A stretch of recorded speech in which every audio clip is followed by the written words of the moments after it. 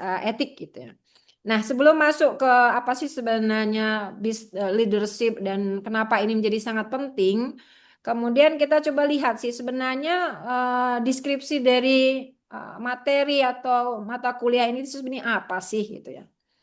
Nah, tadinya saya sudah mau nyatakan saya boleh nggak pakai bahasa Inggris gitu, tapi sepertinya mungkin saya ini punya kesepakatan nih, boleh pakai bahasa Inggris atau pakai bahasa Indonesia atau dua-duanya nih gitu ya. Tapi Ya. mungkin ini juga sambil saya penguatan di diri saya gitu. Jadi saya izin untuk menggunakan dua bahasa gitu, bahasa Inggris maupun bahasa Indonesia gitu. Harapannya sih, insya Allah Bapak Ibu sekalian juga sudah paham bagaimana pemahaman untuk itu. Baik.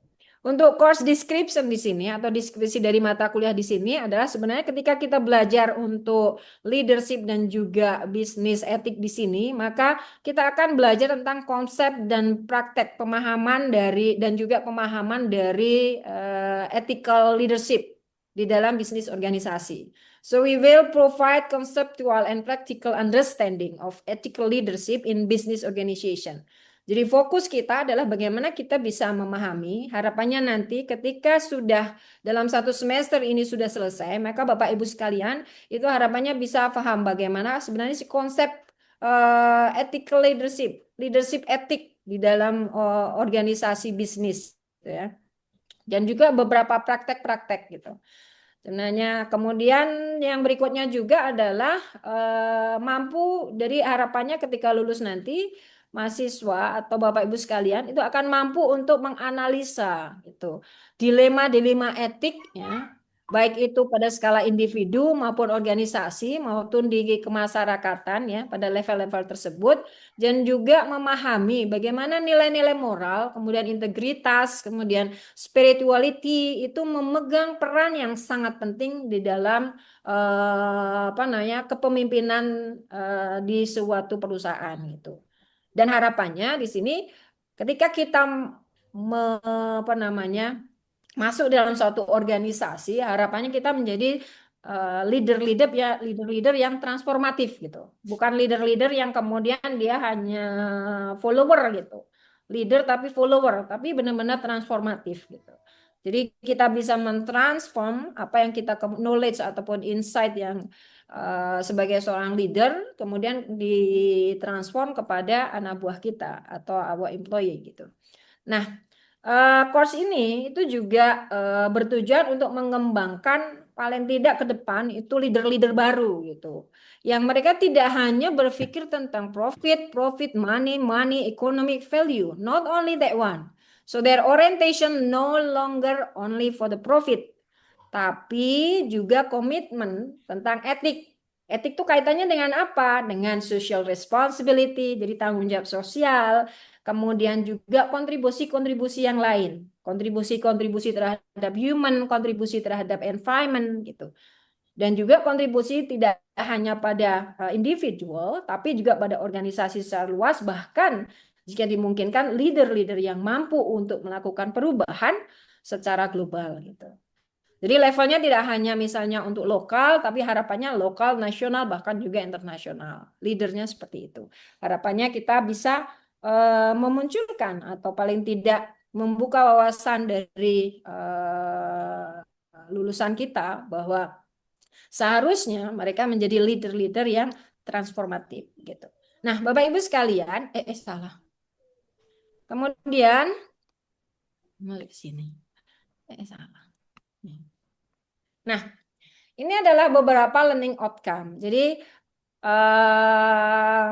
dari apa yang kita pelajari dalam satu semester ini, itu juga ada beberapa yang mungkin perlu untuk diperhatikan. Seperti saya sampaikan tadi, kita akan berdiskusi tentang teori maupun konsep leadership dan bisnis etik, tapi juga mampu untuk apa namanya memformulasikan solusi-solusi. Solusi seperti apa sih yang seharusnya bisa kita pilih gitu.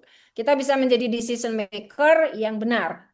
Jadi ada beberapa decision making yang mungkin itu akan kemudian menghasilkan konflik, baik itu konflik internal maupun konflik internal, maka seorang leader dia harusnya dia mampu untuk bisa memilih atau menentukan, membuat decision making mana yang right, mana yang wrong. So which one is right, which one is wrong. So they must have integrity. Mereka harus mempunyai integritas untuk memastikan bahwa keputusan yang dibuat, baik itu sebagai pemimpin maupun keputusan organisasi, itu tidak akan kemudian memberikan dampak buruk, baik itu secara sosial maupun dampak-dampak yang lain gitu. Nah, di dalam perkuliahan ini ada beberapa referensi yang bisa kita gunakan, yaitu salah satunya adalah ini bisnis etik ya. Kemudian oleh atau textbook with case gitu oleh Shaw. Kemudian leadership theory and practice Sage ya. Ini ada Northos, kemudian Gabriel Flynn, leadership and business ethic itu Springer.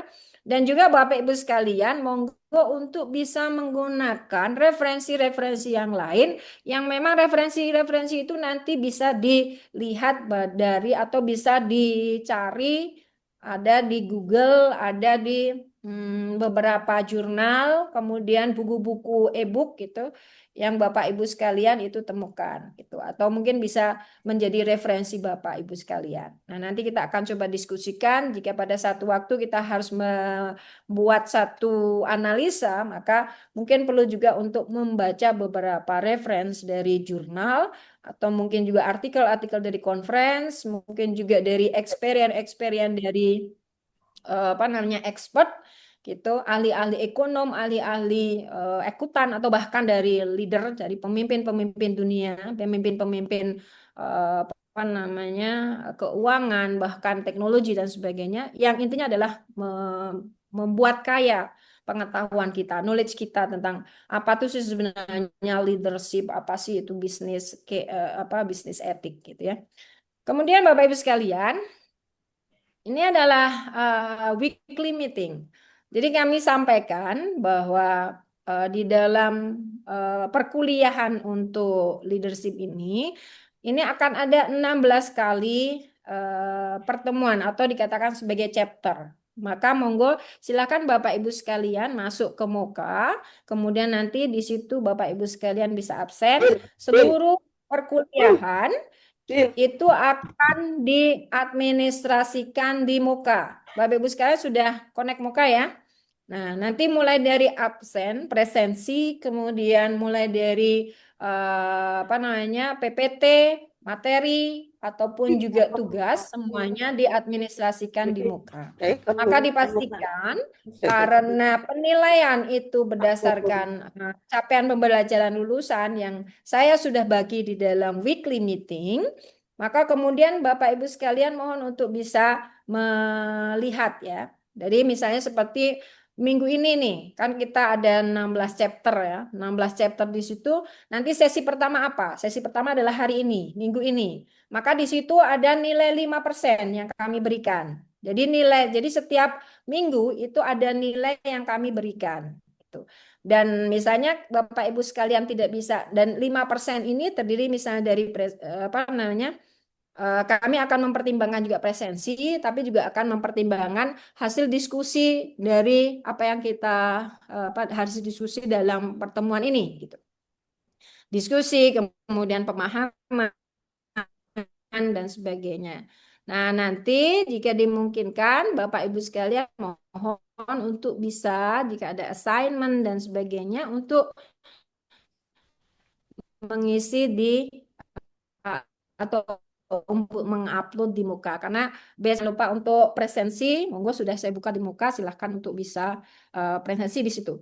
Nah, kemudian Bapak Ibu sekalian, ada 16 chapter yang kami tetapkan di situ. Satu chapter pertama itu basic concept of leadership and business ethics. So in this chapter, we will talk about the basic concept of leadership and business ethics. So there will be discussion, ada diskusi tentang apa itu basic konsep dari kepemimpinan dan juga business ethic. Nah, once you finish with this chapter, so you will continue for the next chapter. Jadi sesudah selesai chapter 1, maka akan lanjut pada chapter 2. Nah, chapter 2 minggu berikutnya. Di mana di sini akan lebih memfokuskan pada framework of ethical leadership theory. Jadi teori kepemimpinan etik, framework-nya seperti apa? Gitu. Nah, dari sini Nanti Bapak Ibu akan belajar bagaimana apa namanya framework dari ethical leadership teori tersebut. Kemudian yang berikutnya di sini adalah ethical dilemma in decision making. Nah, di sini juga Bapak Ibu sekalian akan menguatkan insight atau kemudian akan juga mempelajari tentang bagaimana menganalisa dilema-dilema, isu-isu yang berkaitan dengan etik ini di dalam leadership gitu. Kemudian, kok langsung nih. Kemudian berikutnya, when you finish with 3-week meeting, selanjutnya adalah Bapak Ibu sekalian masuk pada session keempat, yaitu chapter keempat. Nah, chapter 4 ini akan memfokuskan pada ethic, law, and business regulation. Jadi regulasi-regulasi bisnis dan juga apa namanya undang-undang etik yang erat kaitannya dengan bisnis. Jadi apa sih sebenarnya regulasi-regulasi apa gitu yang erat kaitannya dengan bisnis. Bahkan mungkin kita harus berbicara nih tentang regulasi tentang penggunaan teknologi nih, seperti misalnya regulasi bagaimana kita menggunakan artificial intelligence, bagaimana kita bisa menggunakan, bagaimana kita harus memprotek data dan sebagainya. Nah, ini mungkin akan kita diskusikan nanti secara lebih detail di sini. Jadi ini lebih ke arah regulasi-regulasi, baik itu untuk regulasi lokal maupun regulasi nasional bahkan internasional gitu ya. Jadi ada banyak regulasi yang erat kaitannya dengan bisnis, baik itu bisnis nasional maupun lokal, nasional, internasional. Kalau kaitannya dengan regulasi, maka di sini akan sangat erat kaitannya dengan standar-standar di situ. Nanti apa yang kita gunakan di dalam bisnis, misalnya kita mengacu pada ISO atau kita mengacu pada Japanese International Standard atau mungkin beberapa standar, maka itu juga akan menjadi diskusi kita. Nah, kemudian sesudah kita diskusi tentang ethic, law, and business regulation, kita akan masuk pada leadership atau spirituality in leadership. Jadi ini kita masukkan karena kita tahu bahwa seorang leader dia harus menjadi role play. Nah, harusnya seorang leader itu juga ketika dia mengutamakan spirituality, itu menjadi salah satu kunci mereka bisa mampu untuk bisa mengendalikan dari pegawai atau manajemen atau organisasinya. Nah, makanya kemudian nanti akan ada rule ya, rule of character, spirituality in leadership. Jadi apa namanya peran dari spiritual itu di dalam leadership. Apakah ini benar nih kalau kita masukkan misalnya religious, kemudian kita masukkan lokal etik ke dalam apa namanya ke dalam organisasi ini, itu akan kemudian mempengaruhi pengembangan organisasi kita. Apakah mempengaruhinya itu buruk ataukah jelek? Nah, nanti akan kita coba diskusikan di sini gitu. Kemudian yang selanjutnya, once you finish with the role of character and spirituality in leadership, so you will go for the next session. So the next session, the sixth section, is the role of organizational culture in business ethics. Jadi di sini nanti akan berdiskusi, belajar tentang budaya dari organisasi di dalam etika bisnis, gitu, budaya organisasi. Dan ini sudah skupnya sudah harusnya kalau namanya budaya itu kan melekat ya, embedded di dalam organisasi. Nah, maka kemudian bagaimana kita bisa mengembangkan positive organizational culture di situ, sehingga kemudian organisasi kita itu etiknya bisa terjaga, kemudian juga tidak kemudian naik turun nih gitu moralnya itu, atau mungkin juga ada perubahan-perubahan yang signifikan yang mungkin perlu kita perhatikan di sini. Nah, berikutnya di sini adalah gender issue and justice in business. Nah, ini juga sangat menarik.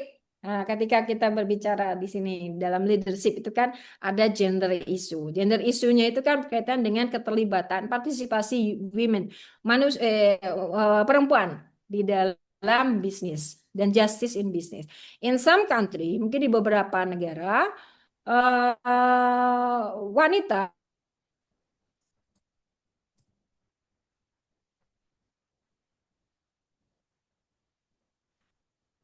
mining Halo Ibu, dalam. nge-lag Bu.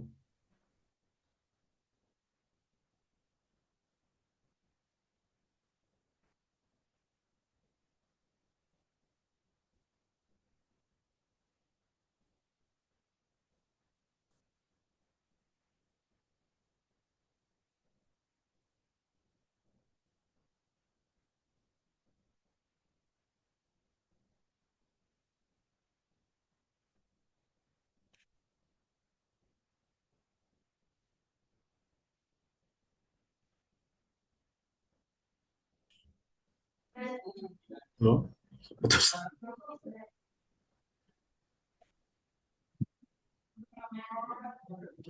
Sepertinya kelempar keluar lagi.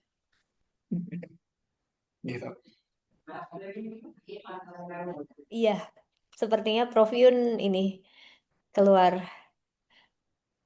Bentar nggih. Berarti diisi sama Bu Ajeng ini. Ini ada Pak Fahmi juga.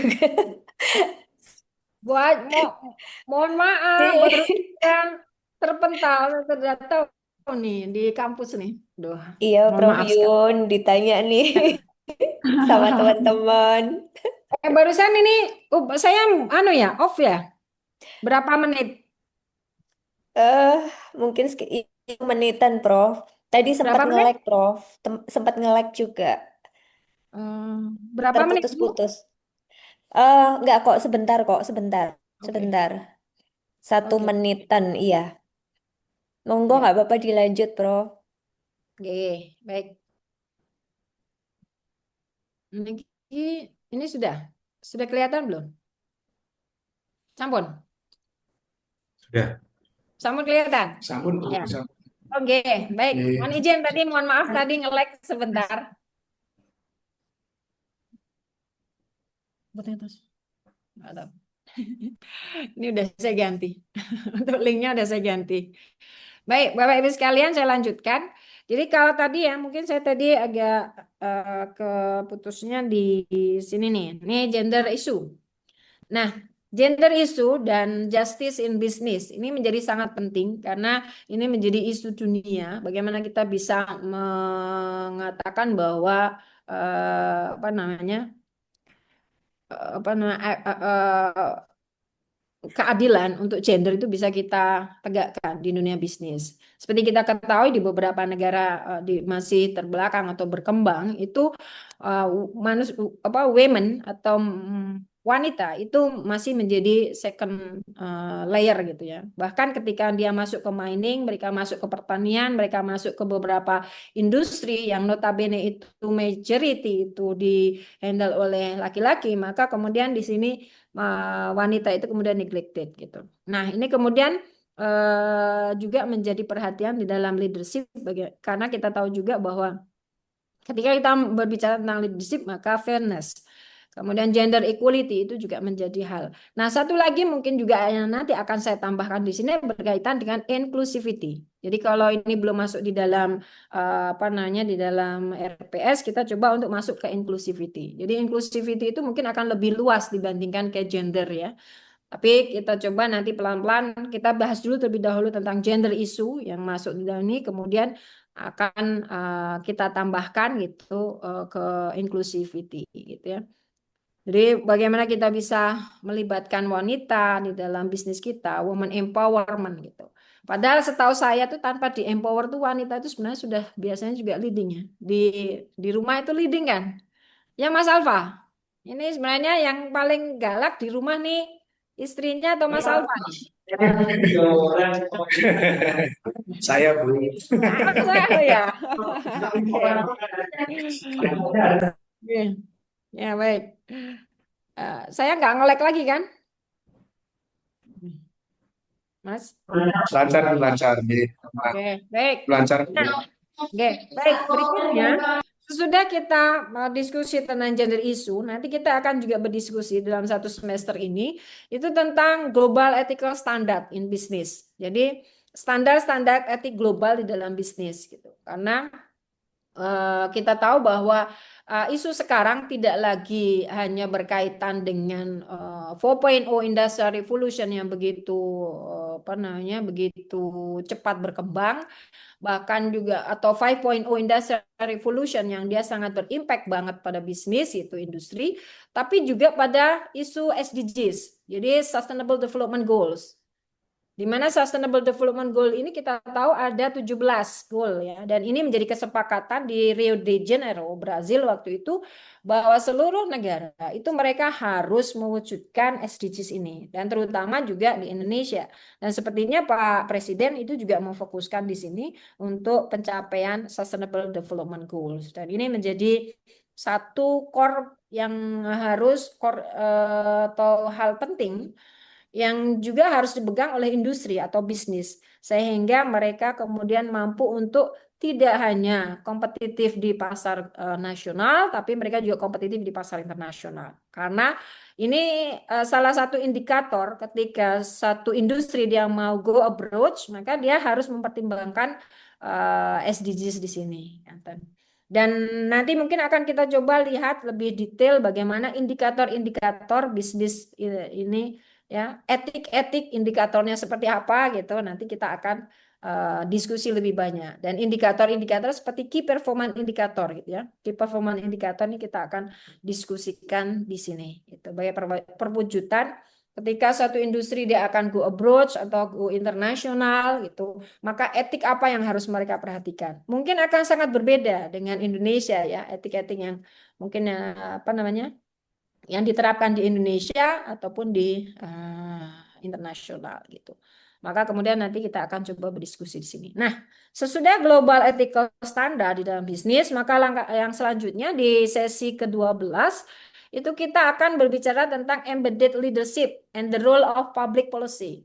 Jadi kebijakan umum, kebijakan government, kebijakan yang itu diembeddedkan di kepemimpinan itu. Jadi the role of public policy. Jadi bagaimana seorang leader itu dia mampu untuk bisa mematuhi beberapa regulasi atau policy kebijakan-kebijakan yang itu sudah diembeddedkan gitu ya, atau yang memang kemudian itu menjadi aturan yang harus diikuti oleh satu organisasi. Karena di sini ketika kita berbicara tentang law, policy dan sebagainya, atau kaitannya dengan public policy dan sebagainya, maka kemudian ini akan sangat erat kaitannya dengan branding, dengan marketing, dengan mungkin cara kita melakukan publikasi terhadap produk-produk kita dan sebagainya. Itu bagaimana kita merespon misalnya adanya apa namanya adanya isu-isu dunia yang mengglobal gitu ya. Misalnya salah satu contohnya, misalnya salah satu di beberapa apa namanya kesalahan kita merespon kebijakan, kesalahan kita merespon policy itu juga akan banyak kemudian jika itu tidak kita respon dengan benar, maka itu akan memberikan dampak buruk pada organisasi itu. Dan kadang ketika kita merespon regulasi, walaupun regulasi itu sudah ditetapkan, diperbolehkan, tapi kemudian ketika public policy ya, policy atau ya kadang kebijakan-kebijakan umum publik itu sudah apa namanya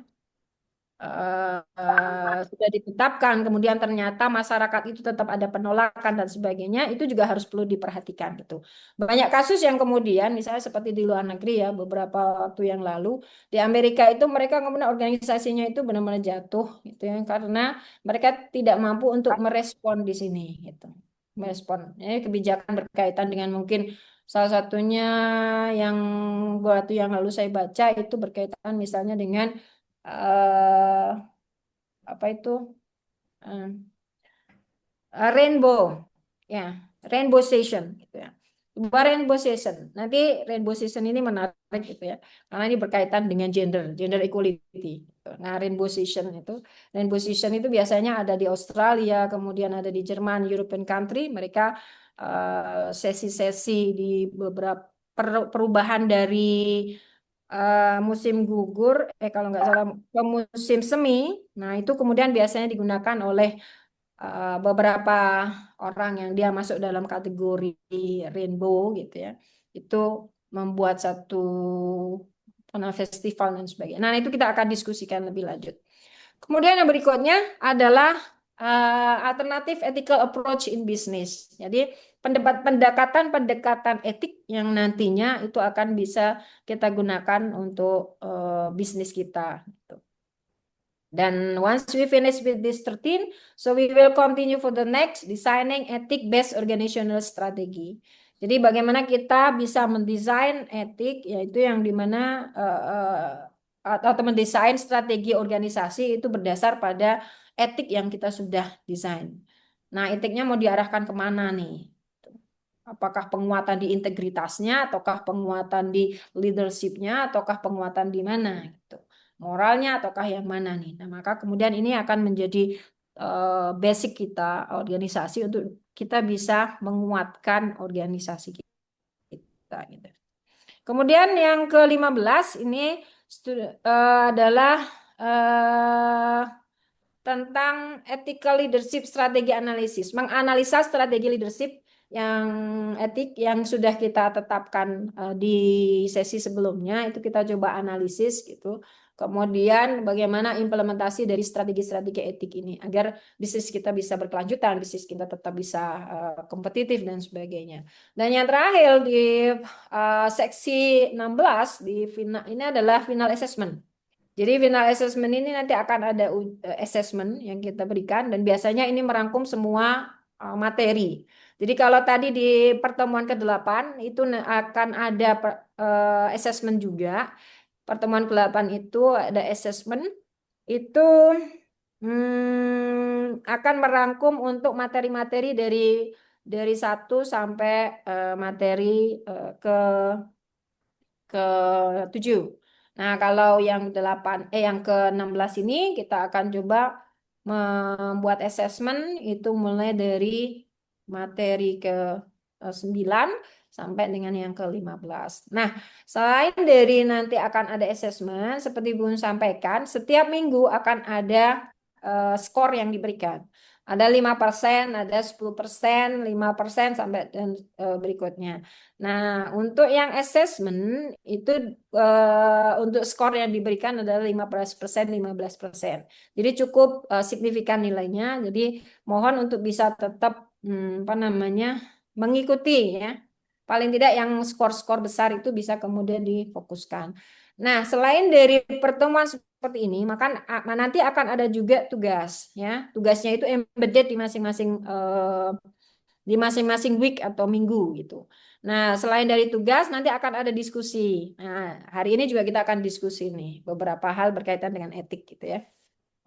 Nah, Bapak Ibu sekalian, sebelum masuk ke materi, apakah ada pertanyaan? Monggo Bapak Ibu sekalian. Oke, Ibu. Mohon maaf. Tadi pertemuan 7 dan 9 saya keskip, Bu. Saya kurang paham apakah yang lainnya juga seperti itu atau seperti apa. Oke. Nih, ya Mas. Oh ya. Yang ini yang konsep of CSR ya. Corporate Social Responsibility. Jadi nanti kita akan berdiskusi tentang tanggung jawab sosial dari perusahaan atau bisnis terhadap komunitas atau sosial masyarakat dan juga corporate citizen. Nah, ini kita akan diskusi itu gitu ya. Masuk di dalamnya. Jadi makanya kemudian kalau beberapa BUMN itu mereka mengeluarkan CSR itu ada bagian penting dari tanggung jawab mereka terhadap lingkungan gitu. Jadi kalau kita berbicara tentang Sustainable Development Goal itu kan ada 3 pilar ya, 3 pilar. Satu pilarnya adalah ekonomi, profit, kemudian satu pilarnya adalah environment berkaitan dengan planet, kemudian yang satu pilarnya adalah sosial berkaitan dengan human atau manusia. Nah, ketiganya ketika bicara tentang sustainable development, maka mereka harus terpenuhi balance. Jadi perusahaan tidak boleh hanya berpikir tentang profit atau economic value, tapi dia harus juga memikirkan bagaimana dampak dari bisnis mereka terhadap lingkungan, dampak mereka terhadap masyarakat, terhadap tenaga kerja. Maka di sini harus ada balancing atau keseimbangan dari 3 aspek tersebut. Nah, CSR ini corporate social responsibility ini menjadi tanggung jawab yang bagian social aspek. Jadi harusnya ini menjadi tanggung jawab dari bisnis atau company ataupun perusahaan, government atau BUMN itu untuk memberikan apa namanya, paling tidak memberikan partisipasinya, kontribusi mereka untuk mereka juga bisa membantu masyarakat di sekeliling mereka dari bisnis yang mereka lakukan. Nah, ini CSR ini penting sekali dan sebenarnya ini menjadi salah satu hal yang apa namanya, yang sudah ditetapkan oleh pemerintah dan itu wajib bagi perusahaan-perusahaan untuk memberikan CSR-nya kepada baik itu untuk komunitas maupun untuk masyarakat luas atau bahkan masyarakat global gitu. Nah, sesudah 7 konsep dari CSR dan corporate citizen, nah nanti selanjutnya di sini kita masuk pada midterm evaluation. Nah, midterm evaluation di sini ini kita comprehensive assessment ya. Jadi nanti bentuknya bisa assessment, bisa mungkin juga apa namanya case project gitu ya. Kemudian ini merangkum dari sesi 1 sampai sesi 7 gitu. Kemudian yang berikutnya adalah the role of consumer and marketing ethic. Jadi etik dari market, etik dari apa namanya, dari promotion itu juga masuk di sini. Kita akan diskusi. Pokoknya intinya tentang etik gitu ya. Bagaimana kita bisa memframe bisnis kita. Kita udah memframe bisnis kita. Bisnis kita adalah environmentally friendly bisnis gitu. Ternyata bahwa kita buang sampahnya sembarangan. Kita tidak mempunyai iPal dan sebagainya. Ini sama saja seperti dia kemudian apa namanya, membohongi publik tentang apa namanya, performan dari atau kondisi sebenarnya dari pabrik tersebut gitu. Nah, itu nggak boleh gitu ya. Dan di sini juga role dari customer itu juga kita akan diskusikan bagaimana customer itu sebenarnya dia boleh untuk mengajukan keberatan, bahkan juga dia boleh untuk mengajukan apa namanya, mengajukan klaim bahwa suatu perusahaan itu dia itu melakukan misalnya praktek-praktek buruk terhadap lingkungan, misalnya seperti itu.